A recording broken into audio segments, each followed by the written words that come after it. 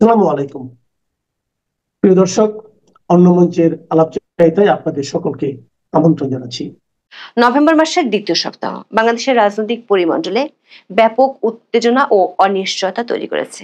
এই উত্তেজনায় শুধু অন্তর্বর্তী সরকার বিরোধী নয়, সাথে আছে সরকারের মিত্ররাও। এই অস্থিরতার কেন্দ্রবিন্দুতে আছে দুটি ডেডলাইন, একটি হলো 13ই নভেম্বর, আর একটি তার ঠিক দুদিন আগে মানে 11ই নভেম্বর।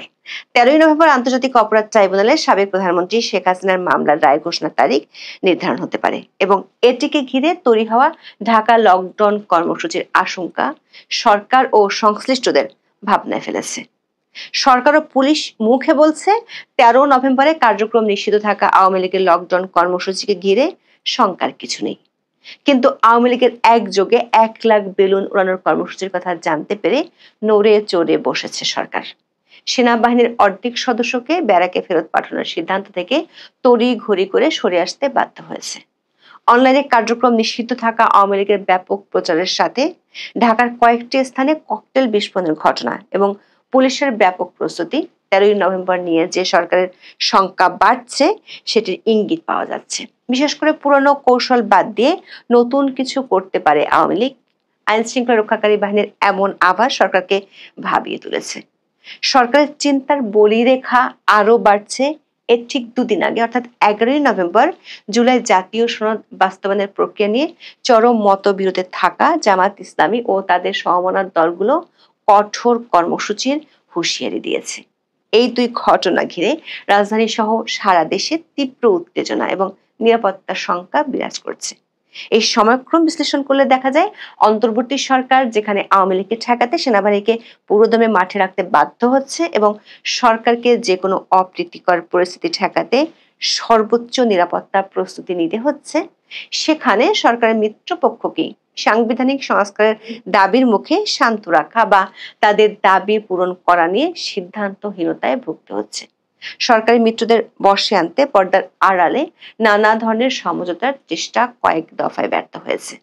এতে আসন্ন উত্তপ্ত নভেম্বরে সরকার ঘর ও ঘরের বাহির দুদিক কিভাবে সামলাবে সে দুশ্চিন্তা পেয়ে বসেছে। বিস্তারিত জানতে চলুন যাওয়া যাক। দর্শক, দেশের বর্তমান রাজনৈতিক আবহে 13ই নভেম্বর বেশ উত্তেজনা ছড়াচ্ছে। এই দিন আন্তর্জাতিক অপরাধ ট্রাইব্যুনাল 1-এ সাবেক প্রধানমন্ত্রী শেখ হাসিনা সহ 3 আসামির বিরুদ্ধে মানবতা বিরোধী অপরাধের মামলার রায় ঘোষণার তারিখ ঠিক করা হবে।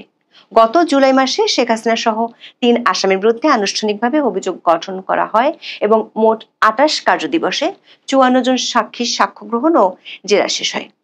13ই নভেম্বর তারিখটি এই মামলার চূড়ান্ত রায় ঘোষণার জন্য নির্ধারিত নয়, বরং বিচারিক কাজ শেষ হওয়ার রায় ঘোষণার দিন কবে হবে তা নির্ধারণ করা হবে। তার মানে এটি একটি প্রক্রিয়াগত তারিখ, কিন্তু এই দিনটি নিয়ে রাজনৈতিক উত্তেজনার সাথে নিরাপত্তার ঝুঁকি বেড়েছে, কারণ ওই দিনটিকে ঘিরে কার্যক্রম নিষিদ্ধ থাকা আওয়ামী লীগ 4 দিনের কর্মসূচি ঘোষণা করেছে। 13ই নভেম্বর তারা ঢাকা শহর লকডাউনের ডাক দিয়েছে। বিশেষ করে আওয়ামী লীগের প্রেসিডিয়াম সদস্য জাহাঙ্গীর কবির নানকের একটি ভিডিও বার্তা অনলাইনে প্রকাশ হওয়ার পর থেকে উত্তেজনা বেড়েছে। এই কর্মসূচি ঘিরে আইন শৃঙ্খলা রক্ষাকারী বাহিনীর তৎপরতা এখন সর্বোচ্চ পর্যায়ে। 13ই নভেম্বর রায় ঘোষণার তারিখ ঠিক করাকে কেন্দ্র করে আওয়ামী লীগের ডাকা ঢাকা লকডাউন কর্মসূচিটি আইনি নিষেধাজ্ঞা সত্ত্বেও দলটির সাংগঠনিক ক্ষমতা প্রদর্শনের একটি কৌশলগত পদক্ষেপ হিসেবে বিবেচিত হচ্ছে। স্বরাষ্ট্র উপদেষ্টা লেফটেন্যান্ট জেনারেল মোহাম্মদ জাহাঙ্গীর আলম চৌধুরী দাবি করেছেন, লকডাউন নিয়ে সরকারের কোনো শঙ্কা নেই, তবে নিরাপত্তা সংস্থাগুলোর অভ্যন্তরীণ বিশ্লেষণ ভিন্ন চিত্র তুলে ধরে। ঢাকা মহানগর গোয়েন্দা পুলিশের এক কর্মকর্তা দৈনিক যুগান্তরকে বলেছেন, আইনি নিষেধাজ্ঞা সত্ত্বেও দলটির রাজনৈতিক শক্তি পুরোপুরি ভেঙে যায়নি এবং তারা আগের কৌশল বাদ দিয়ে এবার নতুন কিছু করতে চায়, এমন ইঙ্গিত বা আভাস পুলিশ এরই মধ্যে জানতে পেরেছে। ঢাকা মহানগর পুলিশ বা ডিএমপির জনসংযোগ ও গণমাধ্যম শাখার উপ পুলিশ কমিশনার পাঠানো এক বিজ্ঞপ্তিতে বলা হয়েছে, 10-12ই নভেম্বর রাষ্ট্রীয় অতিথি ভবন যমুনা সহ রাজধানীর বিভিন্ন স্থানে কার্যক্রম নিষিদ্ধ থাকা আওয়ামী লীগ ও সহযোগী সংগঠনের নেতা কর্মীরা 1 লাখ গ্যাস বেলুন উড়ানোর পরিকল্পনা করেছে। বিজ্ঞপ্তিতে গোয়েন্দা সূত্রের বরাত দিয়ে বলা হয়, রাজধানীর বিভিন্ন এলাকায় পৃথক অভিযানে আওয়ামী লীগ ও সহযোগী সংগঠনের 25 নেতাকর্মীকে গ্রেপ্তার করে ডিবি। প্রাথমিক জিজ্ঞাসাবাদে তারা জানিয়েছেন, আগামী 10 থেকে 12 নভেম্বর রাষ্ট্রীয় অতিথি ভবন যমুনা সহ রাজধানীর বিভিন্ন স্থানে আওয়ামী লীগের স্লোগান যুক্ত 1 লাখ গ্যাস বেলুন উড়ানোর পরিকল্পনা করেছিলেন। ডিবির 9টি বিভাগের সমন্বয়ে এই অভিযানটি পরিচালিত হয়। দর্শক, গোয়েন্দাদের আশঙ্কা 13ই নভেম্বরকে ঘিরে আওয়ামী লীগের এমন অভিনব বা নতুন নতুন কিছু কর্মসূচি দেখা যেতে পারে। এসব কর্মসূচির আশঙ্কা সরকারকে ভাবনায় ফেলেছে। বিষয়টি 9 নভেম্বর স্বরাষ্ট্র মন্ত্রণালয়ে অনুষ্ঠিত আইন শৃঙ্খলা সংক্রান্ত কোর কমিটিতে আলোচনা হয়েছে। এই বৈঠকের পর স্বরাষ্ট্র উপদেষ্টা আকস্মাৎ জানান, সেনাবাহিনীর কোনো সদস্যকে ব্যারাকে ফেরত পাঠানো হবে না। তিনি সাংবাদিকদের জানিয়েছেন, আইন শৃঙ্খলা নিয়ন্ত্রণে মাঠ পর্যায়ে দায়িত্বে থাকা বাংলাদেশ সেনাবাহিনীর 50% সদস্যকে সরিয়ে নেওয়া হচ্ছে না। সেনারা আগের মতোই মাঠে থাকবে দাবি করে স্বরাষ্ট্র উপদেষ্টা বলেন, এই মুহূর্তে সেনাবাহিনী আগে যেমন ছিল তেমনই থাকবে, তাদের উঠিয়ে নেওয়া হচ্ছে না। অথচ গত 5ই নভেম্বর কিছু গণমাধ্যমে খবর প্রকাশিত হয়, সেনাবাহিনীর মাঠ পর্যায়ের 50% সদস্যকে বিশ্রাম ও নির্বাচনকালীন প্রশিক্ষণের জন্য সাময়িকভাবে সরিয়ে নেওয়া হবে। একই দিন সেনা সদরে আয়োজিত সংবাদ সম্মেলনে মিলিটারি অপারেশনস ডিরেক্টরেট পরিচালক ব্রিগেডিয়ার জেনারেল দেওয়ান মোহাম্মদ মঞ্জুর হোসেন বলেন, সেনাবাহিনী প্রত্যাহার সংক্রান্ত একটি চিঠি পেয়েছেন। আইন শৃঙ্খলা পরিস্থিতি বিবেচনায় রেখে প্রয়োজনীয় ব্যবস্থা নেওয়া হবে। স্বরাষ্ট্র মন্ত্রণালয়ের সূত্রগুলো বলছে, আইন শৃঙ্খলা সংক্রান্ত কোর কমিটির বৈঠক এত ঘন ঘন হয় না। এখন পরিস্থিতি বিশেষ করে আওয়ামী লীগের কর্মসূচির কারণেই করতে হচ্ছে। বিশেষ করে গত শুক্রবার রাতে রাজধানীর কাকরাইল এলাকায় প্রধান বিচারপতির সরকারি বাসভবনের বিপরীত দিকে অবস্থিত সেন্ট মেরিস ক্যাথেড্রাল চার্চে জোড়া ককটেল বোমা নিক্ষেপ করা হয়, যার মধ্যে একটি বিস্ফোরিত হয়। একই রাতে ফার্মগেট ও পুরান ঢাকার কয়েকটি এলাকায় একাধিক ককটেল বিস্ফোরণের ঘটনা ঘটে। আবার গ্রেপ্তার হওয়া আওয়ামী লীগের কর্মীদের কাছে একযোগে বেলুন উড়ানোর মতো অভিনব কর্মসূচির কথা ফাঁস হওয়ায় সরকারকে সেনা প্রত্যাহার নিয়ে নতুন করে ভাবতে হয়েছে। সেনা প্রত্যাহারের সিদ্ধান্ত একই কারণে নিতে হয়েছে। সরকার যে কোনোভাবে 13ই নভেম্বর পর্যন্ত অপ্রীতিকর কিছু ঘটতে দিতে রাজি নয়।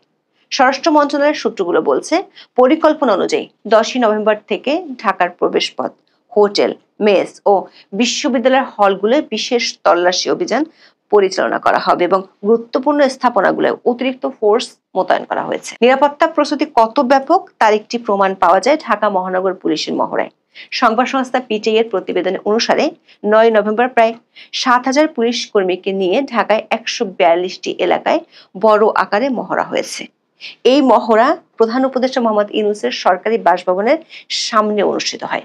নাশকতার মোকাবেলা ও শান্তিপূর্ণ পরিবেশ বজায় রাখতে পুলিশের পাশাপাশি র্যাব, বিজিবি এবং সেনাবাহিনীকে সমন্বিতভাবে মাঠে রাখার সিদ্ধান্ত হয়েছে।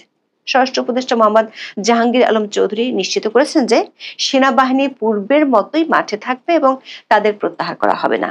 তবে এই সামরিক উপস্থিতির রাজনৈতিক সংবেদনশীলতা অত্যন্ত বেশি। দর্শক, সরকার যখন 13ই নভেম্বরে আওয়ামী লীগের অভিনব কর্মসূচি ঠেকাতে ব্যতিব্যস্ত, তার ঠিক 2 দিন আগে সরকারের মিত্র দলগুলোর কর্মসূচি সরকারের জন্য উদ্বেগ বাড়াচ্ছে। জুলাই জাতীয় সনদ বাস্তবায়নে ঐক্যবদ্ধ দিক নির্দেশনা দেওয়ার জন্য অন্তর্বর্তী সরকারের দেওয়া 1 সপ্তাহের সময়সীমা সোমবার শেষ হতে চলেছে, কিন্তু এখনো কোনো ইতিবাচক পরিস্থিতি তৈরি হয়নি। রাজনৈতিক বিশ্লেষকরা মনে করেন, 8.5 মাসে জাতীয় ঐক্যমত্য কমিশন যে ঐক্য প্রতিষ্ঠা করতে পারেনি, স্বল্প সময়ের মধ্যে রাজনৈতিক দলগুলোর নিজেদের উদ্যোগে আলোচনার মাধ্যমে সেই অচলাবস্থা কাটানোর সম্ভাবনা খুবই ক্ষীণ। অতীতেও সংলাপে ব্যর্থ হয়ে দেশ সংঘাতের পথে হেঁটেছে, এমন নজির রয়েছে। এবারও হয়েছে তাই। জামাত ইসলামী ও তাদের সমমনা 8টি দলের লিয়াজো কমিটি নভেম্বরের মধ্যে জুলাই জাতীয় সনদ বাস্তবায়নের আদেশ জারি এবং জাতীয় সংসদ নির্বাচনের আগে গণভোট আয়োজনের দাবি জানিয়েছে। তাদের এই দাবিগুলো 5 দফা আলটিমেটামের অংশ। জামাতের নায়েবে আমির ডাক্তার সৈয়দ আব্দুল্লাহ মোহাম্মদ তাহের হুঁশিয়ারি দিয়ে বলেছেন, সোজা আঙ্গুলে ঘি না উঠলে আঙ্গুল তারা বাঁকা করবেন, তাও তাদের ঘি লাগবে। জামাত হুঁশিয়ারি দিয়েছে, দাবি মেনে নেওয়া না হলে আগামী 11ই নভেম্বরের জনসভা থেকে কঠোরতম কর্মসূচি ঘোষণা করা হবে। অন্যদিকে বিএনপি চাইছে গণভোট আগামী সংসদ নির্বাচনের দিনই অনুষ্ঠিত হোক। এমনকি দলটি এখন গণভোটেরই বিরোধী। বিএনপির স্থায়ী কমিটির সদস্য আমির খসরু মাহমুদ চৌধুরী বলেছেন, বর্তমান সংবিধানে গণভোটের কোনো বিধান নেই, তাই নির্বাচনের আগে বা নির্বাচনের দিনও গণভোট করার বিষয়টি এই সংবিধান গ্রহণ করবে না। সরকারের সূত্রগুলো বলছে, এরই মধ্যে সরকারের পক্ষ থেকে রাজনৈতিক দলগুলোর সাথে কয়েক দফা আলোচনা হয়েছে অনানুষ্ঠানিকভাবে, কিন্তু তারা নাছোড়বান্দা। আসন ভাগাভাগি আর সরকার গঠনের সময় কয়জনকে মন্ত্রিত্ব দেওয়া হবে এই ইস্যুতে আলোচনা ঝুলে আছে বিএনপি ও জামাতের মধ্যে, এমন খবর বেরিয়েছে দৈনিক যুগান্তরে। সরকারের জন্য চিন্তার বিষয় হলো, জামাত সহ 8টি ইসলামী দলগুলোর কর্মসূচিতে অপ্রীতিকর কিছু ঘটলে সেটি পরিস্থিতিকে আরো নাজুক করে দেবে। দর্শক, অবস্থা দৃষ্টি মনে হচ্ছে নভেম্বরের এই সপ্তাহটি বাংলাদেশের জন্য এক কঠিন পরীক্ষার সময়। একদিকে সংস্কার পথে ঐক্যের অভাব, অন্যদিকে আওয়ামী লীগের কর্মসূচি। 13 নভেম্বরের এই পরিস্থিতিকে যদি আমরা দাবা খেলার একটি জটিল চালের সঙ্গে তুলনা করি, তবে এটি হবে এক ধরনের সেফটি চেকমেট। দর্শক, 11 নভেম্বরের কর্মসূচিটি মূলত সরকারের মিত্রদের পক্ষ থেকে সরকারের উপর একটি প্রোঅ্যাক্টিভ বা সক্রিয় চাপ। এই চাপ এমন এক সময় তৈরি করা হলো যখন নিরাপত্তা বাহিনী 13 নভেম্বরের চরম নিরাপত্তা ঝুঁকির প্রস্তুতি নিয়ে ব্যস্ত। 13 নভেম্বরের লকডাউন একটি রিঅ্যাক্টিভ বা প্রতিক্রিয়াশীল সংকট। এখন এ পর্যন্ত। সবাই ভালো থাকুন, সুস্থ থাকুন।